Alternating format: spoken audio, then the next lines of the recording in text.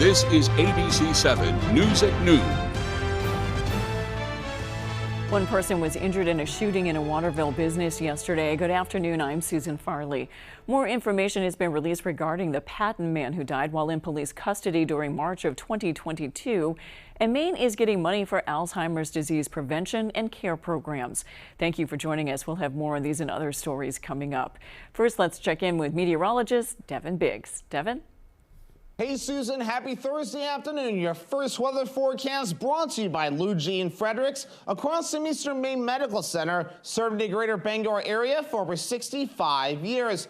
Alrighty, heat advisories do remain posted though through 5 p.m. this evening for the counties highlighted here. I'll pull this map further off towards the west, and some of these also lasting until 6 p.m. for the southwestern corners of the state because of the hot temperatures that we have been dealing with. Air quality, we're checking on this because we had smoke in the area yesterday and in parts of this morning. We remained in a moderate category, so overall we're looking okay, and this smoke will be getting out of here as we do move forward. The fog also getting out of here as well. This is a snapshot from earlier this morning, though, showing some improvement in the fog, so glad that we're getting that out of here. And this afternoon, no, we'll be under a partly cloudy sky with a few raindrops that cannot be ruled out. But for now, they're looking pretty good out there. We're seeing a lot of sunshine this afternoon. We had some storms up in parts of Canada earlier this morning, but for us, so staying dry out there. There's the leftovers of Vidalia right about in here, moving away from us now, not causing much issues there. And of course, we're watching this system off to the west. It'll help to get a slight chance for a shower or thunderstorm coming up later this afternoon, as we can see right about in there. And then, of course, later on tonight, more showers and storms cannot be ruled out overnight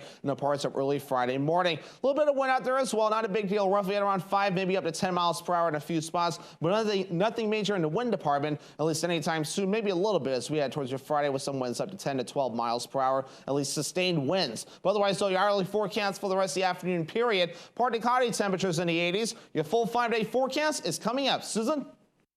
Thank you, Devin. One person was rushed to the hospital following a shooting in Waterville. Waterville Police Chief William Bonney says a little before 4 p.m. Wednesday, they received a report of a shooting at the Nissen Country Kitchen and Bakery outlet on Kennedy Memorial Drive. Bonney says one person was injured but did not want to give out details on the injuries sustained by the victim. You can see there was a heavy police presence as they worked to secure the scene and understand exactly what happened. Bonney says they plan on continuing their investigation into the evening. At this point, the scene is contained. We're talking with both the shooter and the person that was shot, and there is no threat to the public at this time. No further details have been released so far. More information has been released regarding the Patton man who died while in police custody during March of 2022. Multiple agencies have released statements concerning the information. Our Devin Dagnall spoke to a man who's been following this investigation for nearly a year and a half. Over a year ago, Jeremy Lau died in police custody, and ever since then, Doug Dunbar has been looking for more answers. I just had a sense that there was something more to this story than the little bit of information that was made available by law enforcement. Since March of 2022, Dunbar has made multiple requests for the reports on Lau's death and only recently received them from the Attorney General's office. From the reports, Dunbar believes something just doesn't line up. I would encourage people to look at these records and make their own conclusions. According to the autopsy report, Lau's cause of death was sudden cardiac death following restraint in prone position and taser deployment while acutely intoxicated by the combined effects of methamphetamine, fentanyl, and buprenorphine. The same report states the manner of death is homicide due to attempted subdual by police during self-destructive psychotic behavior. According to an interview done by state police with one of the EMS workers who responded to the call, Lau was known to be dangerous, having multiple run-ins with police and emergency medical services. The same interview states this was not the first time Lau was strapped face down to the ambulance backboard, stating, quote, "Randy said they always make sure Lau's head is to the side so he can breathe. Randy said Lau normally talks and states he can breathe," end quote. It should also be noted, according to state police reports, when officers arrived, Lau was brandishing a bat and resisted arrest even after being tased multiple times. According to a statement put out by the Penobscot County Sheriff's Office, the office is currently conducting a thorough internal review of the incident. The Attorney General's office has at this time ruled Lau's death was not the result of criminal conduct by law enforcement. In Bangor, Devin Dagnall, ABC 7 and Fox 22 News. A vehicle fire on the interstate in Sydney Wednesday caused 2 crashes as part of a chain reaction. The vehicle fire happened just after 3:30 yesterday afternoon. The driver and sole occupant, 46-year-old Gerald Foss of Winslow, managed to pull the car over to the breakdown lane and get out safely before the car was engulfed in flames. A state police spokesperson says smoke could be seen from a distance and traffic was reduced to 1 lane. As traffic was slowing down, a 4-vehicle crash occurred that delayed the fire department. That crash caused all of the traffic to come to a complete stop. 1 person was taken to the hospital with minor injuries. Officers cleared up that crash, but as the traffic was still backed up, another crash involving 4 vehicles happened when a person braked for the slow-moving traffic. 4 people were taken to the hospital with minor injuries. 33 workers will lose their jobs at the Perk plant in Orrington. The owners of the Orrington trash facility announced this week those workers will be laid off as the company goes through foreclosure. According to the Bangor Daily, the plant stopped operations in May and is expected to be auctioned off on September 27th. The facility started falling behind on its payments in 2019 when the Hamden trash plant opened. The hope is someone will buy the Perk plant at auction and return it to full capacity. The Maine Center for Disease Control has secured $450,000 for Alzheimer's disease prevention and care programs. The funding comes from a piece of legislation authored by Senator Susan Collins called the Building Our Largest Dementia Infrastructure for Alzheimer's Act, or BOLD Act. In a statement, Collins said, quote, "Millions of Americans and thousands throughout Maine are living with Alzheimer's disease, and that number continues to rise as our overall population grows older and people live longer. This important funding will support the Maine CDC's effort in supporting those affected by Alzheimer's." FEMA announced that federal disaster assistance money has been approved for the flooding damage caused by storms on June 29th. Public assistance funding has been made available for state, tribal, and eligible local governments, as well as certain private nonprofit organizations in Franklin County. The flooding devastated the area around Jay, washing out roadways and flooding some homes. Other federal funds have also been made available on a cost-sharing basis for hazard mitigation measures statewide. Mainers had a chance to speak their minds about newly proposed rules regarding the sale of cannabis Wednesday. Our David Ledford has the details. The Office of Cannabis Policy has begun what they're calling major and substantive rulemaking to update the state's existing medical use of cannabis program rule and to implement laws passed in the state's most recent legislative session. Wednesday, the office held a public hearing to gather feedback on the changes, which Office of Cannabis Policy Director John Hudak says are intended to help both producers and consumers. The rules focus on a variety of areas. We look at packaging and labeling, for instance. We look at floor plan design and construction. And the goal of these are both to come into compliance with what the state legislature passed, but also to make the process easier for businesses to supply cannabis to consumers who want it. However, some question the necessity of the new rules. The new rules say that packages need to be opaque. We're mandating that these are supposed to be in child-proof packaging, and now we want to further mandate that every square inch of every little gummy has to have the THC symbol in a triangle. What is it? What does it do? Others say the cost of implementing current rules has become an issue. Everything has to be tested, redundantly tested. I spent over $100,000 last year on wasteful testing. No members of the public at the hour-long hearing spoke in favor of the changes, but some business owners shared concerns about the state of the industry. I can't, in good faith, sell this industry to new employees anymore because it's a freaking meat grinder. There are zero carve-outs and protections for small businesses. It's a glaring omission. You folks have had 3 years to do something, and we've gotten bupkis. Those interested in sharing their thoughts on the rulemaking can visit the Office of Cannabis Policy website through maine.gov. The office is accepting public comments until the end of the day on September 17th.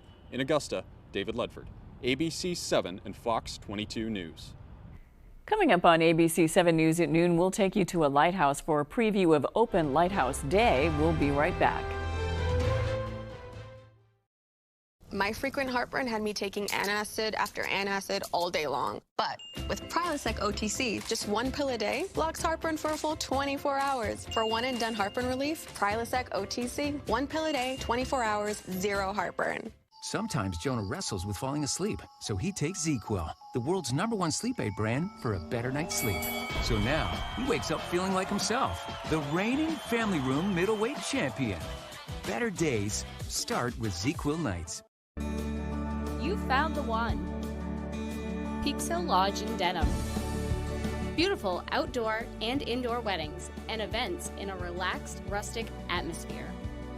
Dance the night away on our 1,100 square foot dance floor. Full service catering and cash bar. Peaks Hill Lodge. Contact us to schedule a tour and book your wedding today.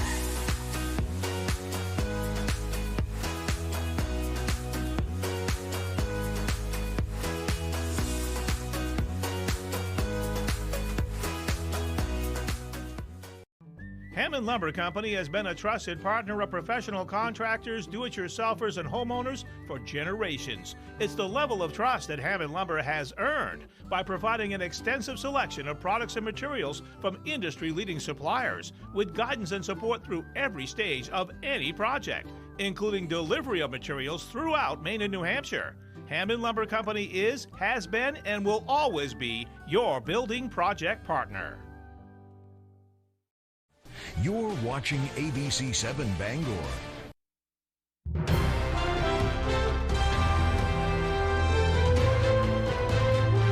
If canine demonstrations and classes on interrogation sound appealing to you, then you're in luck. The Bangor Police Department will be holding a Citizens Police Academy this fall. The Academy will be a 9-week program starting October 3rd, running on Tuesday nights at the Bangor Police Department. There will be classes on interrogation, evidence, and the bomb team. There will even be a demonstration put on by the department's canines. Participants will also have the opportunity to learn what it's like to work in the police department. Great opportunity to open up to the public and really share what it is we do every single day and invite the public in so that they can learn about us as we're learning about them every day on the road. Anyone interested in participating can fill out an application on the City of Bangor's website or contact Officer Ashe at 947-7384, extension 5753. Southwest Harbor sidewalks are finally getting a makeover after nearly 8 years of fundraising for reconstruction efforts. According to town officials, the project initially started in 2015. Over the past few years, they have slowly worked toward replacing the storm drains and sewer and water mains that have been causing major drainage issues, damaging at least half a mile of sidewalks.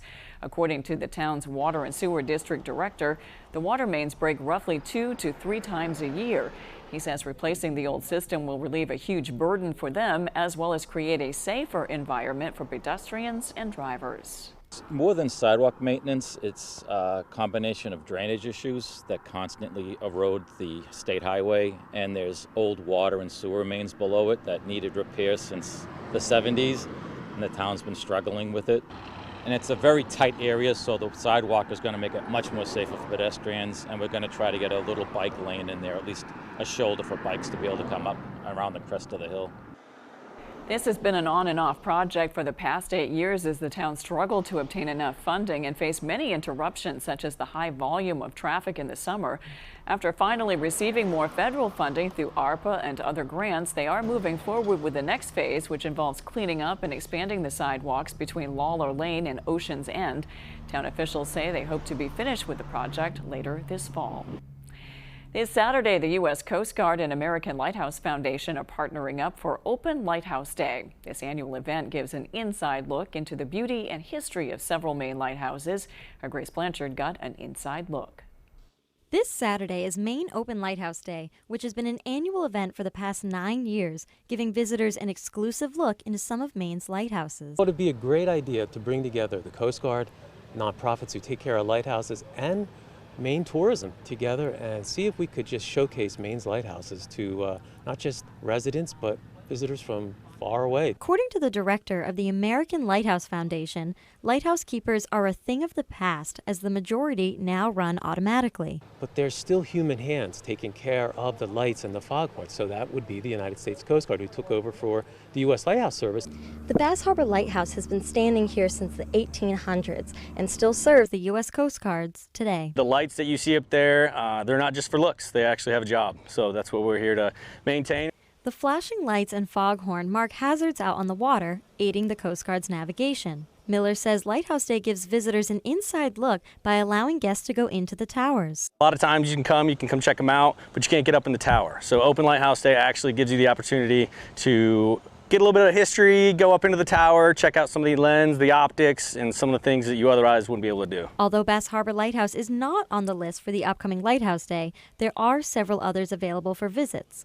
A full list is available on the American Lighthouse Foundation's website at lighthousefoundation.org. Come up to the top, see that light, and just get wowed by the views that are just not the same anyplace else except at the top of a lighthouse. In Bass Harbor, Grace Blanchard, ABC 7 and Fox 22 News. After the break, we'll take a look at research that shows where you're from could impact your risk of getting cancer. We've got details when we return.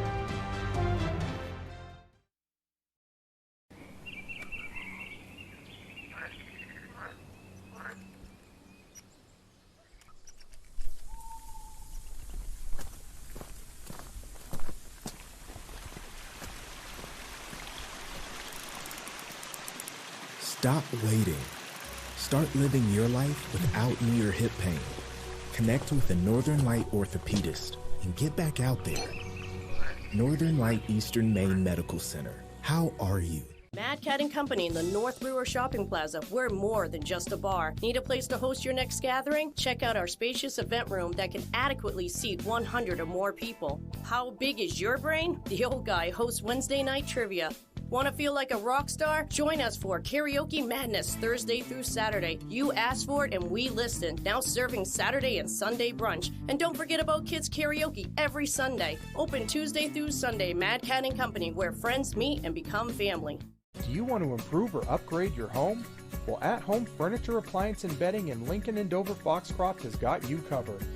We pride ourselves in the relationships we build with every customer, from commercial businesses to homeowners. We have some of the best prices on the best brands of appliances, furniture, and mattresses, and we even offer full kitchen and bath remodels with a designer and installers on staff. So stop in today and check us out at one of our locations and see what we can do to make you feel at home. Mesothelioma is more than a ravaging illness. It is a disease that can ruin a family's finances and is never the victim's fault. The law offices of Joe Bornstein has been fighting and winning for Maine families for nearly 50 years, and we've collected over $500 million for injured Mainers. If you or a loved one is a victim of mesothelioma or asbestos-related lung cancer, call Joe today for a free case evaluation and to learn about your family's legal rights. Dial 207-CALL-JOE or online at joebornstein.com. When you're ready to tackle your next building project, depend on the knowledge and experience of Hammond Lumber Company. Hammond's Home Planning Center will turn your ideas into accurate conceptual drawings, and 3D visualization is available. Your Hammond sales rep will prepare a materials list and cost estimate. And when you buy all of your materials from them, Hammond will refund all of your design fees. Hammond can deliver your order from any of their 22 locations across Maine and New Hampshire. Hammond Lumber Company, your building project partner since 1953.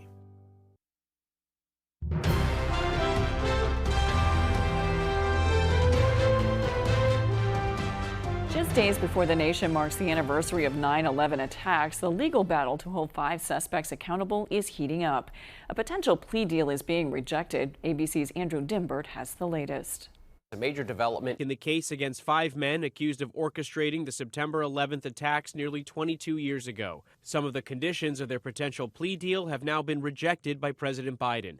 Military prosecutors had offered the men held at Guantanamo Bay, including alleged 9/11 mastermind Khalid Sheikh Mohammed, a deal that would have spared them solitary confinement and provided medical treatment for alleged abuse while in CIA custody. But Biden saying no, a spokesperson saying the president does not believe that the agreement would be appropriate in these circumstances. The terms of the agreement called for the detainees to plead guilty in exchange for being spared the death penalty.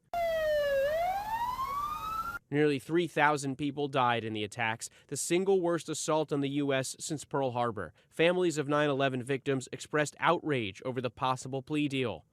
It feels like a betrayal. It feels like the government is choosing to protect the mastermind, the perpetrators, the financiers. Now, many welcoming Biden's decision. A man who lost his father on 9/11 saying, "We look forward to the day that we can praise our government for finally giving us justice and holding all parties involved in the attacks accountable." Firefighter William M. Hughes. Meanwhile, the New York Fire Department yesterday added another 43 names to its World Trade Center memorial wall. All died of illness related to their work at Ground Zero. And last night in Lower Manhattan, the city tested its Tribute in Light, which will shine into the sky Monday night to honor the lives lost. Andrew Dimbert, ABC News, New York. Military prosecutors are now trying to hash out a new plea deal for the 5 men held at Guantanamo. If you're Asian, Native, Hawaiian, or Pacific Islander, your specific community might impact your cancer risk. ABC's M. Nguyen explains. Cancer rates of people of Asian, Asian American, and Pacific Islander descent are usually studied together, but smaller communities under that umbrella are affected in different ways. There are higher rates of breast, colon, rectal, lung, and cervical cancer among Micronesian and Melanesian people. Researchers at the CDC studied data from 2015 to 2019, including almost 300,000 people, and discovered these trends. These groups are usually lumped together, which makes it harder to find patterns in their communities and save lives. Some of these groups had their cancers found late and had late diagnosis rates as high as 78.5%. Catching cancer late makes it harder to treat. The CDC hopes to create educational programs in more languages to promote cancer screening and prevention in those groups. Talk to your doctor if you have questions about what type of screening might be right for you. With this Medical Minute, I'm M. Nguyen, ABC News. When we return, Devin Biggs has your 5-day forecast.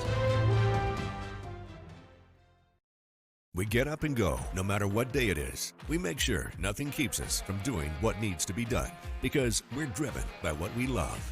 Milwaukee's outdoor power equipment handles any job, big or small. From trimmers, blowers, and mowers to chain and pole saws, Milwaukee's battery-operated high-output tools will help get you to the moments that matter most. Get what you need to keep you firing on all cylinders when you sign up for Napa Rewards. Coastal Auto Parts is owned and operated by a Maine family that... When your gut is out of balance, your body gives you signs. So if you're frustrated with occasional bloating, gas, or abdominal discomfort, help stop the frustration and start taking Align every day. Align Probiotic was specifically designed by gastroenterologists to help relieve your occasional digestive upsets, so you can enjoy life. When you feel the signs, it's time to try Align. Whenever Maine Wood Floors wants to know the weather, they log on to foxbangor.com. Whether you're searching to add beauty with a new hardwood floor or need to restore your old one, Maine Wood Floors is your hardwood flooring expert in Mid-Coast Maine. Hi folks, this is Barry Gass of Gass Horse Supply and Western Wear in Orono. We've been in business since 1911, and our third-generation family-owned business can't wait to show you our unique line of Western wear and Western tack. We have Western boots, shirts, hats, belts, and buckles for the entire family, and Western tack from bridles to saddles and everything in between for your horse. Gass Horse Supply and Western Wear, where the American West comes alive in Maine. All the nonsense. I'm right. You may be right, but you're not smart. Meets no nonsense. I'm not here to argue. I'm here to rule. Judge Judy. I always have the last word. Weekdays at 5 on ABC 7.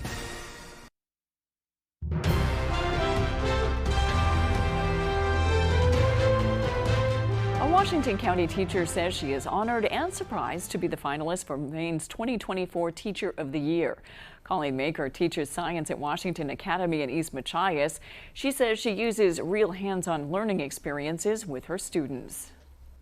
It connects students to their community. It makes them aware of issues within their community. And it also connects students to people within their community with real jobs within their community, and they get to talk to them and ask them questions about their career choices, and they get to learn that there are all types of jobs out there.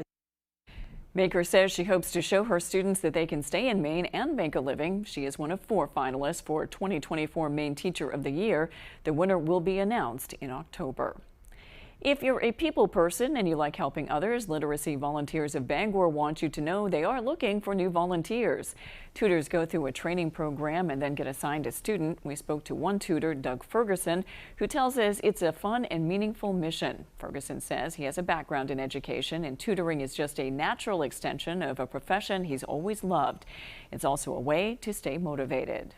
You need a purpose, right? And so I do 3 volunteer jobs, and this is a very gratifying one of my volunteer jobs. He says you don't need to be a current or former educator to be a tutor. He says you just need to be passionate about helping others and be willing to invest your time. For more information on this story, go to our website, foxbangor.com. Now let's check your full forecast with Devin Biggs. Devin?